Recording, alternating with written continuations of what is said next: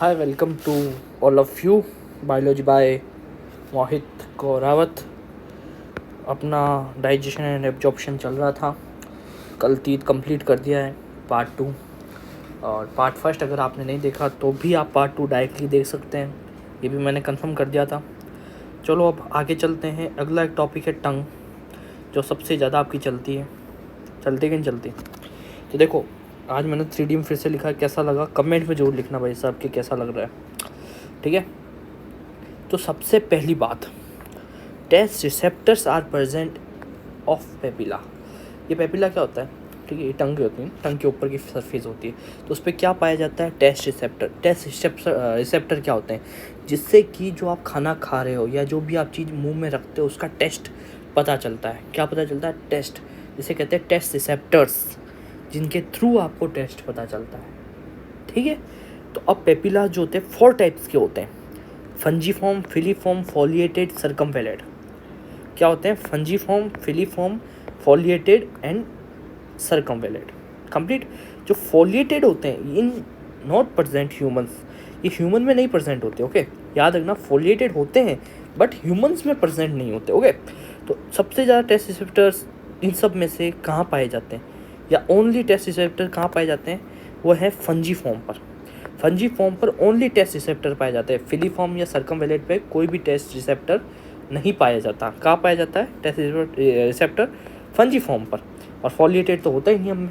चलो आगे देखते हैं। जो टंग है आपकी, ये क्या है? मॉडिफिकेशन ऑफ एपिथेलियम है, मॉडिफिकेशन ऑफ एपिथेलियम। और फंजीफॉर्म, फिलीफॉर्म एंड सर्कमवेलेट, ये आपके 3 पेपिलास ही प्रेजेंट होते हैं in humans, okay, in humans. अब एक डायग्राम मैंने बनाया है, कलरफुल डायग्राम है। अच्छा नहीं बना तो कोई बात नहीं, समझ में आपको सब आ जाएगा। ये आपकी टंग है, ये क्या है? आपकी टंग, ठीक है। जिस कलर से मैंने बनाया उसी कलर से उसका नाम भी लिखा है, तो कंफ्यूजन मत क्रिएट कर लेना अपने माइंड में। तो इसको 2 भागों में बांट दिया हमने। ये एक पार्ट जो है ना, इसे हम कहते हैं इसके अंदर क्या पाया जाता है? Pharyngeal part of tongue. क्या कहते हैं? फेरेंजियल पार्ट ऑफ टंग, ठीक है। फेरेंजियल पार्ट क्यों कहते हैं? ये फेरिंग्स के अंदर थोड़ा सा होता है, अंदर की साइड होता है, फेरिंग्स के पास होता है, इसलिए इसको फेरेंजियल पार्ट कह देते हैं, ठीक है। ये पार्ट में हमारे टॉन्सिल्स पाए जाते हैं, लिंगुअल टॉन्सिल्स, ये कहते हैं लिंगुअल टॉन्सिल्स, ठीक है। इसका एक सेप्टम आ जाता है। ये सेप्टम जो है इन दोनों को डिवाइड करता है, ओरल पार्ट को और फेरेंजियल पार्ट को, ओके। ये ओरल पार्ट को और फेरेंजियल पार्ट को डिवाइड कर देता है। तो इसको क्या कहते हैं? इसको कहते हैं सक्कस टर्मिनलिस। क्या कहते हैं? Succus terminalis, okay. इसके बाद यहाँ पर एक पेपिलास पाए जाते हैं, जिन्हें हम कहते हैं सर्कमवेलेट पेपिला। इस टाइप के गोल टाइप के होते हैं, इसके बीच में एक न्यूक्लियस होता है, इस टाइप से न्यूक्लियस टाइप डिज़ाइन होती है, गोल बीच में डॉट, गोल डॉट होता है। ये इसी एरिया में पाए जाते हैं, इन्हें कहते हैं सर्कमवेलेट पेपिलास। इसके बाद है ना, इसके जस्ट नीचे इस टाइप की शेप होती है, ठीक है, फोलिएट पेपिलास, जो ह्यूमन में नहीं प्रेजेंट होते। लिख दो यहाँ पर क्लियर तरीके से, ह्यूमन में नहीं है बट होते, अगर मानो होते तो कहाँ प्रेजेंट होते हैं? वो यहाँ प्रेजेंट होते हैं, ओके।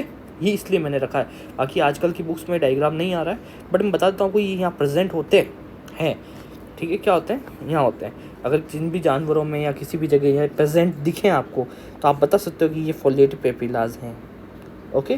टंग से पता है। और अगर जिस टंग में ये चीज़ नहीं बनी हुई है तो वो ह्यूमन की टंग है, ह्यूमन की टंग में ये प्रेजेंट नहीं होते हैं। इसके बाद होते हैं, इसी के बाद स्टार्ट हो जाते हैं छोटे छोटे गोल गोल, और उन्हें हम कहते हैं फंजीफॉर्म पेपिलास। क्या कहते हैं? फंजीफॉर्म पेपिलास। फिर आते हैं हमारे सेंटर में, ये बहुत सारे डॉटेड, ओके, ये बहुत डॉटेड है ना, ये बहुत सारे ऐसे तो पूरे में फैले हुए हैं। सबसे ज़्यादा जो है ये फंजीफॉर्म पेपिलास जो है प्रेजेंट होते हैं। कौन से पेपिलास प्रेजेंट होते हैं? फंजीफॉर्म, मैक्सिमम नंबर्स में, नंबर ऑफ पेपिलास, ओके। फंजीफॉर्म पेपिलास, यहाँ तक क्लियर। ये फेरेंजियल पार्ट हो गया, ये आपका ओरल पार्ट हो गया, कंप्लीट, ठीक है। अब हम बात करते हैं टेस्ट का। तो सबसे बैक साइड में ना बेटर का टेस्ट आता है, फिर स्वार का टेस्ट आता है, सॉल्टी आता है, स्वीट आता है। सेंटर में कोई टेस्ट नहीं आता, कभी भी ध्यान रखना, सेंटर में कोई टेस्ट नहीं आता। तब बचपन में ना आपको जो मेडिसिन होती थी ना, जो दवाई गोली, वो कहते थे बीच में रख लो, टेस्ट नहीं आएगा।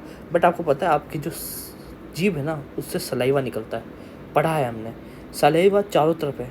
जैसे आप यहाँ दवाई रखते हो ना, टेस्ट तो नहीं आएगा, बट सलाइवा से ना वो दवाई डिज़ोल्व होके वाटर में, सलाइम क्या है 99% वाटर, वो क्या डिज़ोल्व हो जाती है और डिज़ोल्व होके यहाँ तक पहुँच जाती है, तो आपको सीधा स्वाद आ जाता है कड़वे का, मीठे का, सॉल्टी का जैसा, ठीक है। भले आप चीज़ को बीच में भी रख लो, बट बीच में अगर जब आपकी अगर सलाइवा नहीं होती है माना, तो क्या होता, आपको बीच में टेस्ट आता ही नहीं।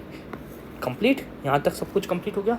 आज हमने टंग डिस्कस कर लिए, ठीक है, पेपिलास डिस्कस कर लिए हैं, और अगला टॉपिक जो आएगा हमारा वो हिस्टोलॉजी ऑफ एलिमेंट्री कैनाल आएगा। थोड़ा बड़ा टॉपिक है, उसको करने में ज़्यादा टाइम लगेगा, तो एक बार प्लीज़ घर से पढ़ के जरूर आएँ, और साथ ही साथ एनसीईआरटी भी पढ़ते रहे, ठीक है। ये जब चैप्टर्स कंप्लीट हो जाएंगे हमारे, तो हम उसकी एनसीईआरटी भी डिस्कशन करेंगे। Okay, thank you for watching all of you, good night.